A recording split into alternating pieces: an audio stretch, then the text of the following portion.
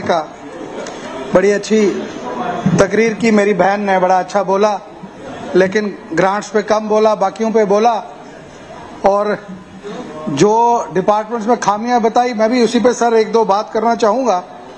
आज की ग्रांट्स में सर सबसे पहले मैं जल शक्ति डिपार्टमेंट के लिए कहूंगा।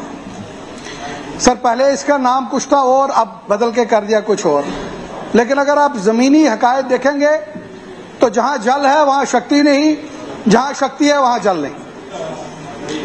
पानी का वो हाल है सर। मेरी कॉन्स्टिट्यूएंसी में मैंने 3 मीटिंग्स जो हुई, ऑनरेबल चीफ मिनिस्टर साहब की जब मीटिंग हुई, मैंने कुछ इशू उठाए, वहां पे इशू सुनने के लिए कोई नहीं आता, ना उनको कोई एड्रेस करता है।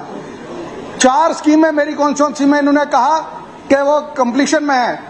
मैंने एमडी से लेकर नीचे एक्सजेन तक कहा, मैंने कहा मेरे साथ वहां चलने के लिए तैयार हो, देखने के लिए तैयार हो, पानी चल रहा है, कोई जाने के लिए तैयार नहीं है। सर मेरी गुजारिश है एक, सर 95% यहाँ पे मंत्री साहब भी बैठे हैं, सेक्रेटरी साहब भी बैठे हैं, 95% जो जेजेएम की स्कीम में काम हुए हैं सब कागजों में है, ग्राउंड पे कुछ नहीं है। और तमाम स्कीमें जो है पुरानी स्कीमों को मेजरमेंट करके उनकी बिलिंग निकाली गई है। और 70% जो हमारे मजदूर वहां पे जिन्होंने काम किया, लेबर का काम किया, उनकी सर पेमेंट्स अभी तक उन बेचारे मजदूरों को वहां नहीं मिली। जो बाहर से ठेकेदार आए वो पैसे लेके भाग गए हैं। सर टैंक्स की बात करूं, सर जितने टैंक्स बने हैं, यहाँ पे मंत्री साहब भी सुन रहे हैं, सेक्रेटरी साहब सुन रहे हैं, अगर ये 4 टैंक मुझे गिनवा दें जिनमें पानी वहां पे स्टोर हो जाएगा जो बने हैं, मैं जो ये कहेंगे मैं माफी मांगूंगा इनसे कि कोई बात, एक भी टैंक में पानी जो है 1 घंटा भी नहीं रह सकता। ऐसी बुरी हालत है सर स्कीम की। और तमाम पाइपें, सारी की सारी पाइपें, मैं कहूंगा 80% पाइपें बेच दी गई हैं। मेरी गुजारिश है हाउस से और जनाब ऑनरेबल स्पीकर सर आपसे भी कि जेजेएम स्कीम के ऊपर सबसे पहले मैं कहूंगा सीबीआई इंक्वायरी होनी चाहिए, और अगर सीबीआई नहीं होती है एनआईए इंक्वायरी करनी चाहिए, और अगर एनआईए नहीं होती है तो हाउस कमेटी यहाँ पे बनाए। मेरी आपसे गुजारिश है स्पीकर सर, मैं सबसे इधर भी दिखाता हूँ कि प्लीज इसके ऊपर आप एक इंक्वायरी कीजिए, मैं गुजारिश करता हूँ। और सर एनआईए की इंक्वायरी होनी चाहिए।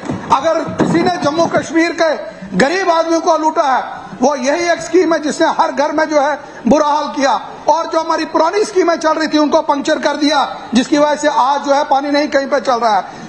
ऑनरेबल स्पीकर सर, मेरी कॉन्स्टिट्यूएंसी में मोटर रात को जो ठीक होती है दूसरे दिन वो मोटर चल जाती है, कोई अकाउंटेबिलिटी नहीं है।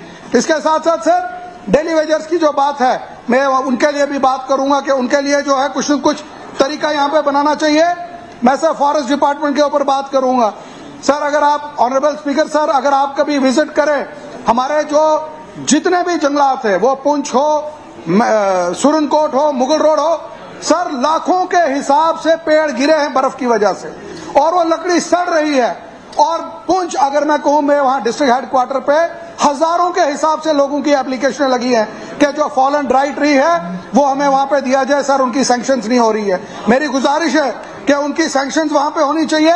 और इसके साथ साथ सर यहाँ पे एक हमारे साथी ने कहा कि ST2 के लिए उन्होंने बात की, मैं उनको भी ये कहना चाहूंगा कि ST2 के लिए इनके वालिद साहब उड़ी साहब की बड़ी कंट्रीब्यूशन थी, लेकिन आज बड़ा अफसोस हुआ जब इन्होंने ये बात कही कि जनाब पुंछ को मिले तो वहां मिले। इनको मांगने का हक है, लेकिन पुंछ रजौरी के ऊपर बात करने का इनको कोई हक नहीं बनता यहाँ पे बात करने का, ना इन्होंने वहां इलेक्शन लड़ा। मैं इनको ये गुजारिश करूंगा सर, मेरी गुजारिश है जो हमारा प्लान बनता है ट्राइबल्स का, सर उसमें जो है चेंजेस नहीं आनी चाहिए, और अगर चेंजेस करनी है तो वो पूरी स्टेट में जो है सब जगह चेंजेस होनी चाहिए, मखसूस कुछ जगह चेंजेस होती है।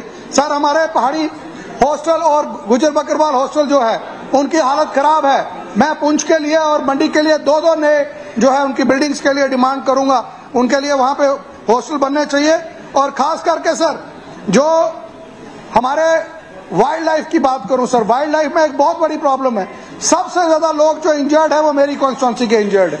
इस वक्त तक पिछले 10 साल में जो लोग इंजर्ड हुए, इस वक्त तक उनको सर कोई कंपनसेशन नहीं मिला, ना मुआवजा मिला। बड़ी हैरानगी होती है मुझे सर ये सुन के कि अगर कोई इंसान किसी रीछ से, जंगली जानवर से मारा जाए तो कोई सुनवाई नहीं है, और अगर अपनी जान बचाने के लिए किसी से कोई जंगली जानवर मर जाए तो ये वाइल्ड लाइफ डिपार्टमेंट और फॉरेस्ट वाले उस सारे घर को जो है अंदर डाल देते हैं। मुझे समझ नहीं आती कैसा कानून है सर। इसमें एक प्रोविजन बनाना चाहिए कि अगर कहीं पे ऐसा कोई जंगली जानवर हो जो कंट्रोल में नहीं आता है, उसको या तो डिपार्टमेंट वाले उसका कुछ करें, डिपार्टमेंट वाले 4 पटाखे वहां पे भेज देते हैं, जनाब अगर रीछ आ जाए तो पटाखे चलाओ वहां पे। मुझे समझ नहीं आती सर, पटाखों से कौन सा रीछ वहां से भागने वाला है, कौन सा जंगली जानवर वहां से भागने वाला है। हमें इस चीज पे सर बहुत, और सर तीसरा सर लास्ट में बात रखूंगा, हमारे फॉरेस्ट एरिया में क्रशर्स लगे हुए हैं। दरिया से तो लैंड जो माफिया था माइनिंग का उठाता था, लेकिन फॉरेस्ट एरिया से भी सर जो है सारा मटेरियल उठा के जो है वो इस्तेमाल हो रहा है। मेरी गुजारिश है उसमें स्पीकर सर आपके द्वारा कि इन चीजों पे कार्रवाई हो। लेकिन सर आखिर में मैं कहूंगा सर, मैंने 3 जगह इस जेजेएम स्कीम का जो है बात उठाई, कोई इस पे कुछ नहीं होती है। आखिरी मेरी उम्मीद इस हाउस पे है, मेरी गुजारिश है सर इसके ऊपर कोई न कोई कार्रवाई होनी चाहिए। अगर इस पे कार्रवाई नहीं हुई सर, जम्मू कश्मीर के, मेरी कॉन्स्टिट्यूंसी की बात नहीं, पूरे जम्मू कश्मीर में जो है इस पे तबाही हुई है, इसके ऊपर इंक्वायरी होनी चाहिए और बाज़ाब्ता लोगों का जो पैसा है जो लोगों के ऊपर खर्च होना चाहिए था वो वहां पे होना चाहिए। आपका बहुत बहुत शुक्रिया सर। तनवीर साहब।